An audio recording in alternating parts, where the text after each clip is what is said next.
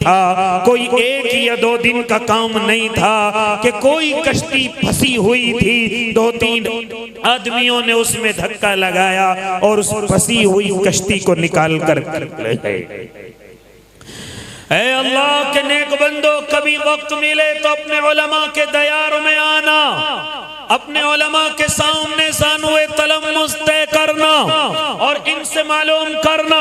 एक या दो दिन नहीं बल्कि तकरीबन 200 साल तक मुसलमानों ने इस अंग्रेजी साम्राज्य के खिलाफ जंग लड़ी है, इसके खिलाफ तहरीकें चलाई हैं और तुम्हें कहां से बतलाता चलूं। हाँ, ये वक्त मेरे लिए नाकाफी है और आपकी नींद मुझे इजाजत नहीं देती कि अपनी गुफ्तगू को लंबा करो, लेकिन जरा सुनते चले जाएं। ऐ अल्लाह के नेक बंदो, ये काम तो 1497 के बाद शुरू हो गया था कि जब वास्को ड गामा या इसी तरह ईस्ट इंडिया कंपनी की बुनियाद रख दी गई थी और इसकी तिजारत में अपनी हिस्सेदारी अंग्रेज ने पेश कर दी थी, यहाँ तक कि वो रफ्ता रफ्ता हिंदुस्तान के अक्सर सूबों पर काबिज हो गया था। सबसे पहले उसकी हरकत को समझने वाला बंगाल की सरजमीन से उठने वाली एक नन्ही सी आवाज थी जिसको मैं और आप नवाब सिराजुद्दौला के नाम से जानते हैं, जिसने अंग्रेज की हरकत को सबसे पहले समझा था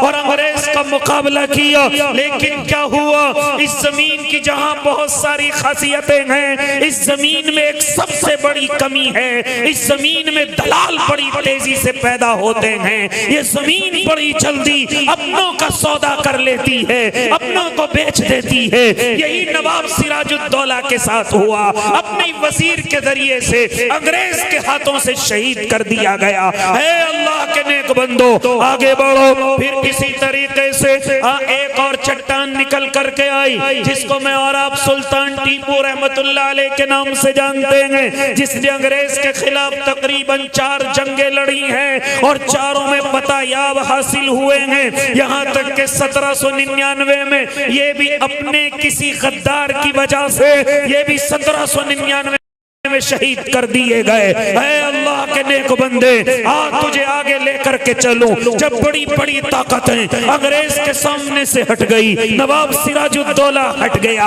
सुल्तान टीपू शहीद रहमतुल्लाह अलैह, एक भारी चट्टान उनके आगे से हट गई, तो हजरत शाह वलीउल्लाह मुहद्दिस देहलवी, इनके घर में एक चश्मा चिराग पैदा होता है जिसको मैं और आप हजरत शाह अब्दुल अजीज रहमतुल्लाह अलैह इनके नाम से जानते हैं। इसने अंग्रेज की इस हरकत को समझा और सबसे पहले फतवा जारी कर दिया, ऐ हिंदुस्तान के इंसानों, ऐ हिंदुस्तान में रहने वालों, कहां खोए हुए हो, कहां गायब हुए हो? तुम्हारा मुल्क गुलामी की तरफ है, तुम्हारा मुल्क हाँ गरीबी की तरफ है, तुम्हारा मुल्क कैद होने की तरफ है। आओ आगे बढ़ो, अंग्रेज का मुकाबला करो, आओ आगे चलो, वरना ये मुल्क टूट जाएगा, ये मुल्क बिखर जाएगा, ये मुल्क गुलाम हो जाएगा। ये खाली फतवा नहीं था बल्कि इनके खास शागिर्द जिसको मैं और आप सैयद अहमद शहीद राय बरेली रहमतुल्लाह अलैह के नाम से जानते हैं, इन्होंने एक अपना पूरा काफिला तैयार किया और पूरे हिंदुस्तान के अंदर लोगों को जगाने का काम किया। ऐ अल्लाह के नेक बंदो, कहां से गुफ्तगू खत्म करूं, कहां से शुरू करूं? जरा चलो हजरत सैयद अहमद शहीद रहमतुल्लाह अलैह के इस दयारों में, जो पाए के आलिम तो नहीं थे लेकिन हाँ हजरत शाह अब्दुल अजीज के तरबियत याफ्ता थे, ऐसे जिहाद को लेकर के अंग्रेज के खिलाफ चले हैं कि उलमा इस पर मुत्तफिक हैं, सहाबा के बाद अगर किसी ने इखलास के साथ और अल्लाह की मोहब्बत में और दीन की मोहब्बत में अगर किसी ने सहाबा के बाद किसी ने जिहाद किया है तो वो कोई और नहीं हजरत सैयद अहमद शहीद राय बरेली रहमतुल्लाह अलैह हैं। लेकिन कहां तक चलते, अपनों की गद्दारी इनको भी आगे बढ़ने से रोक रही थी। यहां तक कि एक वक्त आया और हजरत शाह अहमद शहीद रहमतुल्लाह अलैह अपने साथियों के साथ बालाकोट की सरजमीन पर जब तहज्जुद के वक्त में सजदे में हैं, आज जरा याद कीजिए उस रंजीत सिंह को कि जो रात के अंधेरे में हमला करता है और आकर के इनको तहज्जुद के वक्त में तहे तेग कर देता है। हाँ, उसी वक्त में सैयद अहमद शहीद अपने साथियों के साथ बालाकोट की पहाड़ियों में जाकर के सो गए हैं। आज भी उनके मज़ारात गवाही दे रहे हैं, आज भी उनकी कब्रें आवाज लगा रही हैं। ऐ अल्लाह के नेक बंदो, आज भी अपने कोई गद्दारियों की वजह से हजरत सैयद अहमद शहीद जो बड़े इखलास के साथ अपने मुल्क, अपने दीन और मजहब के लिए एक बड़ा मुकाबला कर रहे थे, लेकिन वो भी अपनों की वजह से इस जमीन की आगोश में जाकर के सो गए। ऐ अल्लाह के नेक बंदो, कहां तक गुफ्तगू करूं? फिर ऐसा वक्त आया कि फिर थाना भवन की सरजमीन पर एक आवाज उठती है। हाँ, फिर ये पूरा इलाका जो थाना भवन का कहलाता है, इसमें एक आवाज उठती है। वो आवाज उठाने वाले कोई और नहीं बल्कि सरे बहरिस्त हजरत हाजी इमदादुल्लाह मुहाजिर मक्की, हजरत हाफिज जामिन शहीद रहमतुल्लाह अलैह, हजरत मौलाना कासिम नानोतवी, हजरत मौलाना रशीद अहमद गंगोही, अल्लाह इनको गरीब के रहमत करे, अल्लाह उनकी कब्र पर करोड़ों रहमतें नाजिल करे। जब देखा कि अंग्रेज अपनी हुक्मरानी से और अपनी अय्याराना चालों से बाज नहीं आ रहा है, तो एक जलसा बुलाया जाता है जिसमें तकरीबन 1700 नहीं बल्कि 469 उलमा उसमें शरीक होते हैं। बड़े बड़े पाए के उलमा हैं। यहाँ तक एक तरतीब बनाई जाती है और खिलाफत का ऐलान किया जाता है।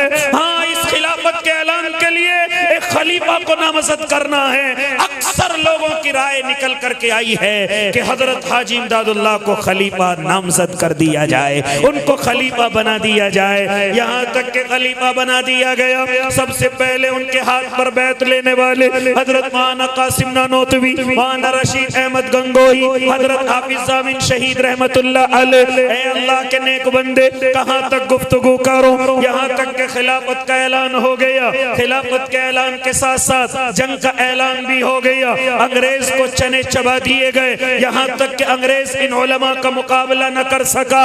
अंग्रेज इनके मुकाबले के डर की वजह से एक किले के अंदर जाकर के छिपता है और छिप करके एक दरवाजे के पीछे से जो शामली की जमीन पर आज भी मौजूद है, वहां के दरवाजे से बंदूक निकाल करके उलमा पर हमले करता है। उसी हमले में कि जब हजरत हाफिज जामिन शहीद उस गेट को तोड़ने की फिराक में हैं, एक गोली आकर के हजरत के नाक के नीचे लग जाती है और वो उसी वक्त में जामे शहादत नौश फरमा जाते हैं।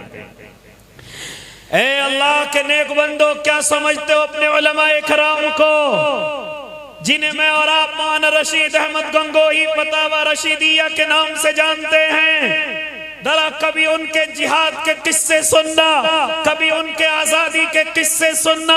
जब उन्हें मालूम हुआ कि सहारनपुर की सरजमीन से होकर के दिल्ली की सरजमीन तक एक तोपखाना जाने वाला है, तो हजरत सीधे हाजी इमदादुल्लाह की खिदमत में पहुंचे थे और फरमाया था, हजरत इजाजत दीजिए, अंग्रेज एक बड़े तोपखाने को लेकर के जा रहा है, अगर हम उस पर कामयाबी हासिल कर लें तो अंग्रेज की कमर टूट जाए। हजरत ने इजाजत दी। रशीद अहमद गंगोही एक बाग में जाकर के छिप जाते हैं और छिप करके अपने साथियों से कहते हैं कि जैसे अंग्रेज निकल करके जाए, तुम्हें यकबारगी हमला करना है, फायर खोलना है। चुनांचे ऐसा ही हुआ। एक आवाज पर जब 40-50 मुजाहिदीन ने फायर खोला, अंग्रेज हवस बख्ता हो गया और उस तोपखाने को छोड़ करके अपनी जान बचाने के लिए भागता हुआ नजर आया। हजरत मौलाना रशीद अहमद गंगोही उस तोपखाने को पकड़कर थाना भवन की सरजमीन पर हजरत हाजी साहब की खानकाह के सामने ला करके पटक देते हैं और ऐलान कर देते हैं, रब्बे काबा की कसम, ये आलिम किताब नहीं, कलम नहीं, अगर वक्त आए तो सर से कफन बांध कर दुश्मन का मुकाबला करना भी जानता है। नारे तकबीर, उलमा देवबंद, हजरत मौलाना मुफ्ती मोहम्मद खालिद साहिब। भाई वाह, माशाल्लाह भाई, हमारे हजरत मौलाना फिरोज साहब हजरत की खिताबात से बड़े माशाल्लाह बड़े इनके दिलों में बड़ी कदर करते हैं। और हज़रत ऐलान कर रहे हैं कि मैं हज़रत को 21,000 रुपये इनाम दे रहा हूँ। मौलाना फिरोज़ साहब ऐलान कर रहे हैं कि मैं मुफ्ती साहब को इंशाअल्लाह फ़ोन पे पेटीएम के ज़रिए से इंशाअल्लाह 21,000 रुपये का इनाम दे रहा हूँ। अल्लाह ताला इनकी मोहब्बत को कबूल फरमाए। जज़ाकल्लाह। इसलिए ओ अल्लाह के नेक बंदो, याद करो अपने उलमा को, जरा याद करो उनकी कुर्बानियों को, जरा याद करो इस मुल्क के लिए, वतन के लिए, दीन के लिए उनके बहने वाले खून को रायगा न जाने दो। कहां अपनी जिंदगियों को बर्बाद कर रहे हो, कहां अपनी जिंदगियों को हलाक कर रहे हो। जरा सुनो अपने उलमा के कुर्बानी। मौलाना रशीद अहमद गंगोही रहमतुल्लाह अलैह, अल्लाह उनको गरीक रहमत कर दे। अल्लाह इस जमीन का सुपूत होने का हक अदा कर दिया। ये एक ही मौलाना रशीद अहमद गंगोही नहीं, बल्कि अगर मैं गुफ्तगू करूं न जाने कितने ऐसे मैदाने जिहाद के मुजाहिद तुम्हें नजर आएंगे। उन्हीं में से तुम्हें नाम हजरत मौलाना कासिम नानोतवी रहमतुल्लाह अलैह का नजर आएगा। उन्हीं में से तुम्हें एक नाम हजरत हाफिज जामिन शहीद रहमतुल्लाह अलैह का नजर आएगा। क्या समझते हो कि दारुल देवबंद की बुनियाद हाँ इल्म और दीन के लिए रखी गई थी? जरा मालूम करो अपने उलमा से। रब्बे काबा की कसम ये मुझे और आपको बतलाएंगे कि जब अंग्रेज चारों तरफ से मेरे और आपके उलमा को कुचल रहा था, उनकी तहरीकों को अपने जूतों तले रौंद रहा था और वो हर तहरीक को नाकाम कर रहा था, तो 1866 की वो तारीख याद करिए कि मौलाना कासिम नानोतवी एक गुमनाम गांव जिसको मैं और आप देवबंद के नाम से जानते हैं, वहां पर एक बुनियाद रखते हैं। और बुनियाद रखने का मकसद अल्लाह की कसम कोई बड़ा मदरसा नहीं, बल्कि मकसद ये था कि इस जमीन का जो भी दुश्मन होगा, इस दीन का जो भी दुश्मन होगा, ये उलमाए देवबंद उसका मुकाबला करेंगे। कोई अगर मुल्क का दुश्मन आएगा तो सबसे पहले पहली सफ में उलमाए देवबंद तुम्हें खड़े हुए नजर आएंगे। अगर कोई फिरकाए बातिला अपने चेहरे को बदल करके मेरे दीन और मजहब को बदलने की कोशिश करेगा, तो सबसे पहले अगर कोई मैदान में पहली सफ में खड़ा हुआ होगा तो वो मेरे और आपके उलमाए देवबंद होंगे। ऐ अल्लाह के नेक बंदो, कहां तक गुफ्तगू करूं? ऐ अल्लाह के नेक बंदो, कहां तक गुफ्तगू करूं? जरा सुनते चले जाएं। 1866 में दारुल देवबंद की बुनियाद रख दी गई। हालांकि उससे पहले अगर मैं और एक तारीखी इंसान को आपके सामने लाऊं कि जिसको मैं और आप हजरत मौलाना शेखुल हिंद मौलाना महमूद हसन देवबंदी के नाम से जानते हैं। कौन मौलाना महमूद हसन देवबंदी, जिसको शेखुल हिंद के लक़ब से मुलक़्क़ब किया गया? कौन शेखुल हिंद देवबंदी रहमतुल्लाह अलैह? हाँ वही शेखुल हिंद के जिसने तहरीक रेशमी रुमाल का आगाज किया, कि जिसने बाहर की बैरूनी ताकतों का इस्तेमाल करके अंग्रेज के खिलाफ एक बड़े मशवरे को अंजाम दिया। लेकिन नसीब में कुछ और था, वो तहरीक खुल करके सामने आ गई। उसी की पादाश में मौलाना शेखुल हिंद रहमतुल्लाह अलैह जेल की सलाखों के पीछे डाल दिए गए। ऐ अल्लाह के नेक बंदे, लेकिन जानते हो मौलाना शेखुल हिंद देवबंदी जेल की सलाखों के नीचे से निकल करके आते हैं। इनके शागिर्द हैं जिसको मैं और आप हजरत मौलाना हुसैन अहमद मदनी, जो शेखुल इस्लाम के लक़ब से मुलक़्क़ब हुए। ऐ अल्लाह के बंदे, कहां तक तुझे तज़किरे सुनाऊं? काश मुझे जरा सा वक्त और मिलता तो मैं अपनी गुफ्तगू को और ज्यादा आगे बढ़ाता। हाँ वही मौलाना शेखुल हिंद रहमतुल्लाह अलैह जब आखिरी उम्र में बुढ़ापे की वजह से मुड़ करके चलने लगे, झुक करके चलने लगे, उम्र ज्यादा हो गई, हाँ झुक करके चलने लगे थे। लेकिन उलमा ने देखा कि जब कोई अंग्रेज उनके सामने से गुजरता तो हजरत बिल्कुल सीधे खड़े हो जाते और सीनों सुपर खड़े होकर के उसके सामने चलते। कोई आकर के अगर सवाल करता कि शेखुल हिंद रहमतुल्लाह अलैह, ऐ अल्लाह के नेक बंदे, हमने देखा कि बुढ़ापे की वजह से आपकी कमर झुक गई है, लेकिन जब भी कोई अंग्रेज तुम्हारे सामने से आता है आप सीधे खड़े हो जाते हैं। अल्लाह की कसम जवाब सुनिए, फरमाते हैं ये जालिम अंग्रेज समझता है कि मौलाना देवबंदी कमजोर हो गया है। अल्लाह की कसम, जब तक देवबंदी के बदन में जान बाकी है, इसके सामने बिल्कुल सीना सुपर होकर के खड़ा रहेगा, इसके मुकाबले के लिए हमेशा तैयार रहेगा, ताकि इसके जहन में ये बात ना आ जाए कि माना शेखुल हिंद कमजोर हो चुके हैं। नाराए तकबीर, नाराए तकबीर, उलमाए देवबंद, उलमाए देवबंद, माशाअल्लाह बहुत अच्छा। ए अल्लाह के नेक बंदो, हाँ हाँ वही माना शेखुल हिंद रहमतुल्लाह अलैह कि जब दुनिया से रुखसत हो गए, हाँ इतनी नफरत अंग्रेजों से करते थे कि अगर किसी से हाथ मिला लिया तो जब तक वुजू न कर लेते अपने आप को पाक न समझते थे, अंग्रेज को नापाक समझते थे। हाँ वही माना शेखुल हिंद रहमतुल्लाह अलैह कि जब दुनिया से रुखसत हो गए और गुस्ल के तख्ते पर लिटाया गया तो बदन पर जो कमर का हिस्सा है उस पर गोश्त का नामो निशान बाकी नहीं था।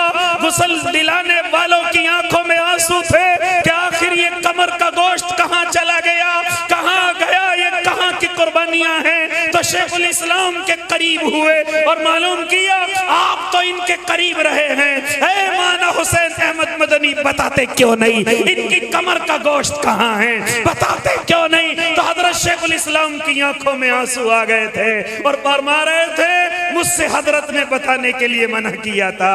अल्लाह की कसम, जब माल्टा की जेल के अंदर थे तो अंग्रेज जंजीर को गर्म करके लाया करता था, जब वो सुर्ख हो जाती थी तो हजरत के सामने लेकर के खड़ा होता था और कहता था शेखुल हिंद सिर्फ इतना कह दे कि तू अंग्रेज के खिलाफ नहीं है, अभी छोड़ दिया जाएगा, अभी छोड़ दिया जाएगा। तो हजरत हर मर्तबा यही जवाब देते थे, अल्लाह की कसम है अंग्रेज तेरे जुल्म से पीछे हटकर मैं अपनी कौम से, अपने मुल्क से, अल्लाह की कसम अपने रब से धोखा नहीं कर सकता। कहां तक गुफ्तगू करूं अल्लाह के नेक बंदो। अंग्रेज उस गरम जंजीर से उन पर वार करता, लेकिन हर मर्तबा यही उनकी जबान से निकलता, अंग्रेज तेरी हुकूमत हराम है। यही जवाब हजरत शेखुल हिंद रहमतुल्लाह अलैह के बाद जब उनके शागिर्द रशीद शेखुल इस्लाम हजरत मौलाना हुसैन अहमद मदनी रहमतुल्लाह अलैह, जब उस्ताद ऐसा है तो शागिर्द भी फिर ऐसे ही पैदा होते हैं। फौरन अलम बगावत बुलंद किया, अंग्रेज के खिलाफ खड़े हो गए और अलल ऐलान शुरू कर दिया, अंग्रेज की हुकूमत हराम है, अंग्रेज की हुकूमत में भर्ती होना हराम है, अंग्रेज की चीजों को इस्तेमाल करना हराम है, अंग्रेज के यहाँ चाहे पुलिस डिपार्टमेंट हो, फौज का डिपार्टमेंट हो, हर जगह पर उसकी किसी भी भर्ती में जाना हराम है। यहाँ तक के गिरफ्तार करके पेशावर की सरजमीन पर ले जाए गए। ऐ अल्लाह के नेक बंदो, अदालत के अंदर खड़े कर दिए गए और अदालत में बैठा हुआ जज कह रहा था, ऐ मौलाना हुसैन अहमद मदनी, हाँ तेरे ऊपर ये इल्जाम है कि तूने अंग्रेज के खिलाफ फतवा दिया है, उसकी हुकूमत में भर्ती होना हराम है, हाँ उसकी चीजों को इस्तेमाल करना हराम है, क्या तूने ये फतवा दिया है? तो शेखुल इस्लाम यक ज़बान होकर के कहते हैं, ए गोरी चमड़ी के अंग्रेज जज, क्या कहता है कि फतवा दिया है? दिया नहीं, बल्कि तेरी अदालत में खड़े होकर के फतवा देता हूँ, रब्बे काबा की कसम, अंग्रेज की हुकूमत हराम है, हराम है। फतवा दिया है? दिया नहीं, अभी खड़े होकर के यही कहता हूं हराम है। हजरत मौलाना जौहर रहमतुल्लाह अलैह कदमों में गिर गए और कहने लगे, शेखुल इस्लाम अपने ऊपर जुल्म न करो, कौम को तुम्हारी जरूरत है, अपने ऊपर जुल्म न करो, अपने अल्फाज वापस ले लो, अपनी जबान वापस ले लो। चुनांचे हजरत ने फरमाया, जौहर पीछे हट जाओ, अल्लाह की कसम अगर आज जबान बदल गई तो ईमान बदल जाएगा, अगर आज अल्फाज बदल गए तो ईमान बदल जाएगा। मुझे कहने दीजिए अंग्रेज की हुकूमत हराम है। अल्लाह के नेक बंदो, अंग्रेज जज ने कहा था, ए माना हुसैन अहमद मदनी, इन लफ्जों का नतीजा जानते हो? हजरत ने अपने सर का उमामा उतार करके आसमान में लहराया। तू नतीजे की बात करता है? जब मैं सुबह घर से तेरी अदालत के लिए चला था, नतीजा अपने साथ लेकर के चला था और घर वालों से कह करके आया था कि हो सकता है माना हुसैन अहमद मदनी उस अदालत से वापस ना आए, इसलिए अपना कफन साथ लेकर के आया है और ये कह करके आया है कि अगर मुझे तख्ते-दार पर चढ़ा दिया जाए, मुझे सूली पर लटका दिया जाए, तो मैं अंग्रेज के कपड़े में दफन होना भी पसंद नहीं करूंगा। अपना कफन अपने साथ